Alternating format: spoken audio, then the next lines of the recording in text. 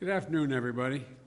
I know the press has just had a long session with the team here about what we're talking about today and this afternoon. And let me just start by saying I can't tell you how much I appreciate the three people standing next to me here for what they've agreed to do to help, particularly my best buddy, John Kerry. Asking a former Secretary of State to come back and do this has been as I know, there's a big ask on the part of myself. I was going to blame Kamala for it as well, but for both of us.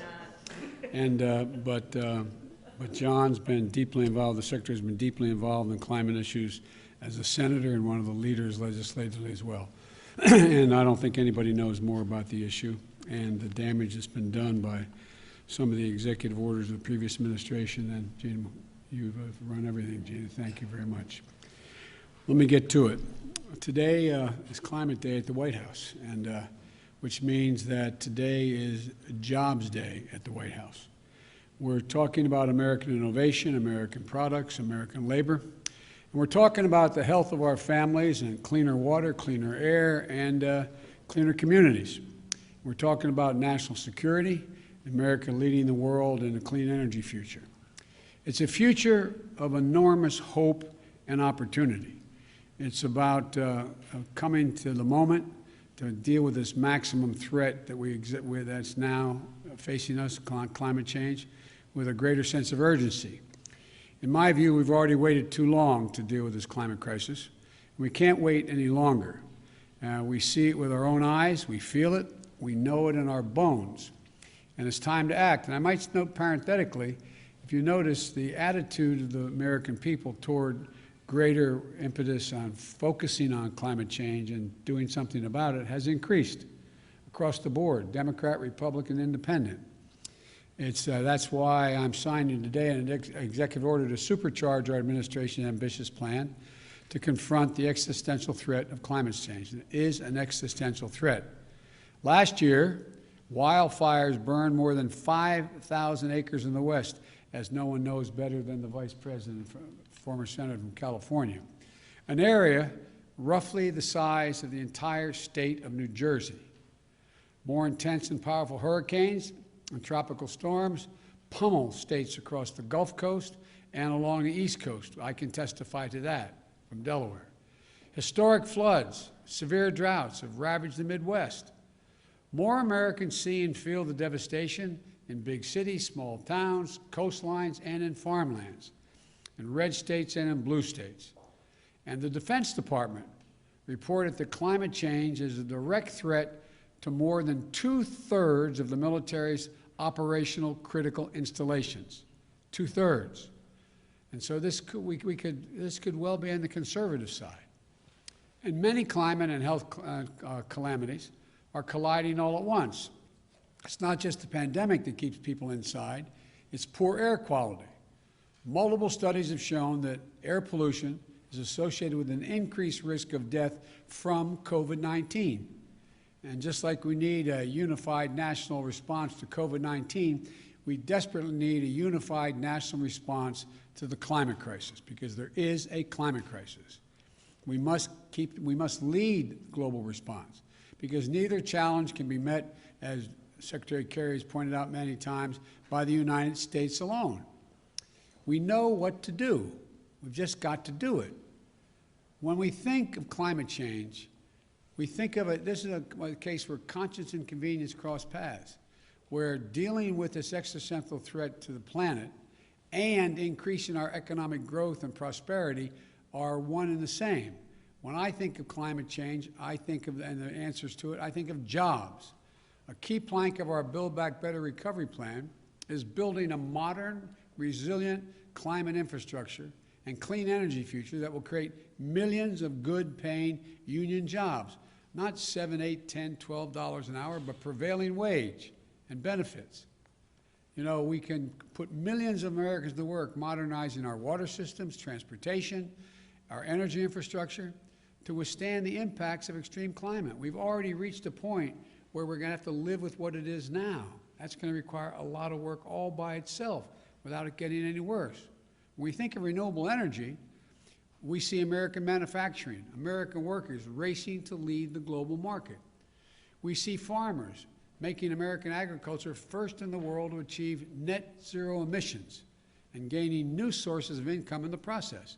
And I want to parenthetically thank the Secretary of Agriculture for helping me put together that program during the campaign. We see small business and master electricians designing, installing, and innovating energy-conserving technologies in building homes and buildings. And we're going to reduce electric consumption and save hundreds of thousands of dollars a year in energy costs in the process. And when the previous administration reversed the Obama-Biden vehicle standard and picked big oil companies over American workers, the Biden-Harris administration will not only bring those standards back, will set new, ambitious ones that our workers are ready to meet. We see these workers building new buildings, installing 500,000 new electric vehicle charging stations across the country as we modernize our highway system to adapt to the changes that have already taken place.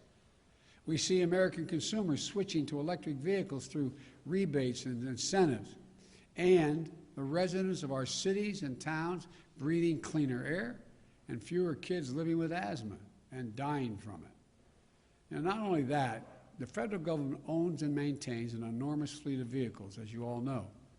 With today's executive order, combined with the Buy American executive order I signed on Monday, we're going to harness the purchasing power of the federal government to buy clean, zero-emission vehicles that are made and sourced by union workers right here in America. With everything I just mentioned, this will mean 1 million new jobs in the American automobile industry, 1 million. And we'll do another thing. We'll take steps towards my goal of achieving 100% carbon pollution-free electric sector by 2035. Transforming the American electric sector to produce power without carbon pollution will be a tremendous spur to job creation and economic competitiveness in the 21st century, not to mention the benefits to our health and to our environment. Already, 84% of all new electric capacity planned to come onto the electric grid this year is clean energy. Clean energy. Why? Because it's affordable, because it's clean, because in many cases it's cheaper, and it's where we're keeping up. They're keeping up. We're going to need scientists and national labs, land-grant universities, historical black colleges and universities to innovate the technologies needed to generate, store, and transmit clean electricity across distances, and battery technology and a whole range of other things. We need engineers to design them and workers to manufacture them. We need iron workers and welders to install them. Technologies they invent, design, and build will ultimately become cheaper than any other kind of energy, helping us dramatically expand our economy and create more jobs with a cleaner environment. And we'll become the world's largest exporter of those technologies, creating even more jobs. You know, we're also going to build 1.5 million new energy-efficient homes and public housing units that are going to benefit communities 3 times over. 1, by alleviating the affordable housing crisis. 2, by increasing energy efficiency. And 3, by reducing the racial wealth gap linked to home ownership. We're also going to create more than 250,000 jobs to do things like plug the millions of abandoned oil and gas wells that pose an ongoing threat to the health and safety of our communities. They're abandoned wells. They're open now. And we're going to put people to work. We're not going to lose jobs in these areas. We're going to create jobs. They're going to get prevailing wage to cap those over 1 million wells. These aren't pie-in-the-sky dreams. These are concrete, actionable solutions. And we know how to do this. The Obama-Biden administration reduced the auto industry, rescued the auto industry, and helped them retool. We need solar energy, cost competitive with traditional energy, weatherizing more, we made it cost competitive, weatherizing more than 1 million homes. The Recovery Act of our last administration, the Democratic administration, made record clean energy investments, $90 billion. The President asked me to make sure how that money was spent. on everything from smart grid systems to clean energy manufacturing. Now, the Biden-Harris administration is going to do it again and go beyond. The executive order I'll be signing establishes the White House Office of Domestic Climate Policy, and it'll be led by one of America's most distinguished climate leaders, former EPA Director Gina McCarthy. As the head of the new office and my National Climate Advisor, Gina will chair the National Climate Task Force, made up of many members of our cabinet, to deliver a whole-of-government approach to the climate crisis. It's not time for small measures. We need to be bold. So let me be clear. That includes helping revitalize the economies of coal, oil, and gas and power plant communities. We have to start by creating new good-paying jobs, capping those abandoned wells, reclaiming mines, turning old brownfield sites into new hubs of economic growth, creating new good-paying jobs in those communities where those workers live, because they help build this country. We're never going to forget the men and women who dug the coal and built the nation. We're going to do right by them, make sure they have opportunities to keep building the nation in their own communities and getting paid well for it. While the whole-of-government approach is necessary, though, it's not sufficient. We're going to work with mayors and governors and tribal leaders and business leaders who are stepping up, and the young people organizing and leading the way. My message to those young people is, you have the full capacity and power of the federal government. Your government is going to work with you. Now, today's executive order also directs the Secretary of the Interior to stop issuing new oil and gas leases on public lands and in offshore waters wherever possible. We're going to review and reset the oil and gas leasing program. Like the previous administration, we'll start to properly manage, unlike it, we're going to start to properly manage lands and waterways in ways that allow us to protect, preserve them, the full value that they provide for us for future generations. Let me be clear, and I know this always comes up. We're not going to ban fracking.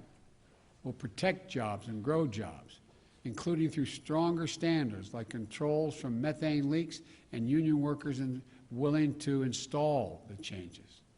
Unlike previous administrations, I don't think the federal government should give handouts to big oil to the tune of $40 billion in fossil fuel subsidies.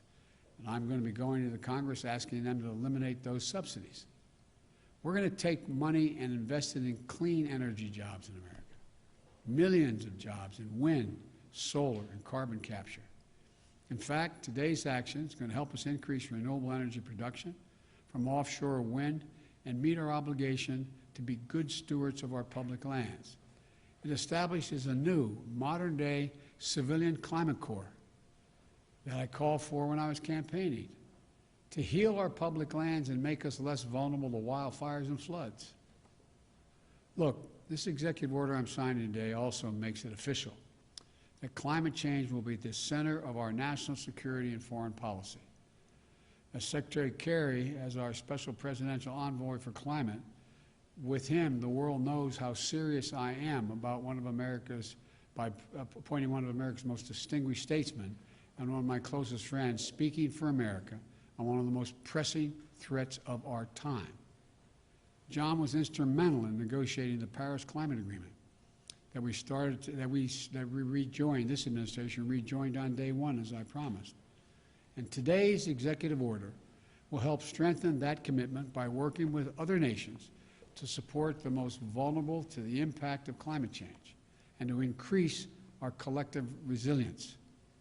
That includes a summit of world leaders that I'll convene to address this climate crisis on Earth Day this year, in order to establish a new effort to integrate the security implications of climate change as part of our national security and risk assessment and analysis will also be included. With this executive order, environmental justice will be at the center of all we do, addressing the disproportionate health and environmental and economic impacts on communities of color, so-called fence line communities, especially those communities, brown, black, Native American, poor whites. It's hard, the hard-hit areas, like Cancer Alley in Louisiana, or the Route 9 corridor in the state of Delaware. That's why we're going to work to make sure that they receive 40% of the benefits of key federal investments in clean energy, clean water, and wastewater infrastructure. Lifting up these communities makes us all stronger as a nation and increases the health of everybody. Finally, as with our fight against COVID-19, we will listen to the science and protect the integrity of our federal response to the climate crisis. Earlier this month, I nominated Dr. Eric Lander, a brilliant scientist who is here today to be the director of the Office of Science and Technology. I also nominated another brilliant scientist, Dr. Frances Arnold and Dr. Maria Zuber, to co-chair the President's Council of Advisors on Science and Technology, so-called PCAST, that President Eisenhower started 6 weeks after the launch of Sputnik. It's a team of America's top scientists charged with asking the most American of questions: what next? What's the next big breakthrough? And then helping us make the impossible possible. Today, I'm signing a presidential memorandum making it clear that we will protect our world-class scientists from political interference and ensure they can think, research, and speak freely and directly to me, the Vice President, and the American people. To summarize this executive order, it's about jobs, good-paying union jobs. It's about workers, building our economy back better than before. It's a whole-of-government approach. Put climate change at the center of our domestic, national security, and foreign policy. It's advancing conservation, revitalizing communities in cities and on the farmlands, and securing environmental justice. Our plans are ambitious, but we are America. We're bold. We're unwavering in the pursuit of jobs and innovation, science and discovery. We can do this. We must do this, and we will do this. I'm now going to sign the executive order to meet the climate crisis with American jobs and American ingenuity. And I want to thank you all. I'm going to go over and sign that now.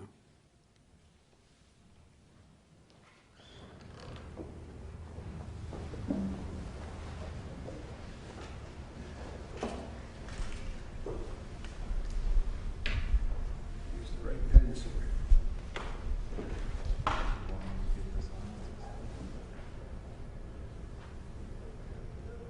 The first order I'm signing is tackling the climate crisis at home and abroad.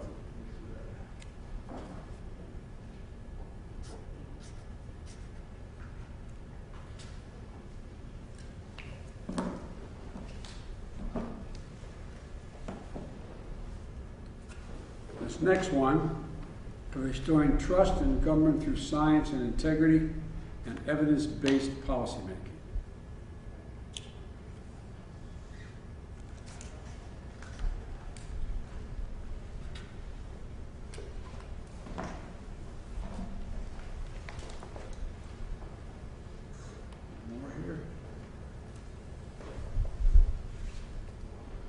And this last one is the President's Council on Advisors on Science and Technology established.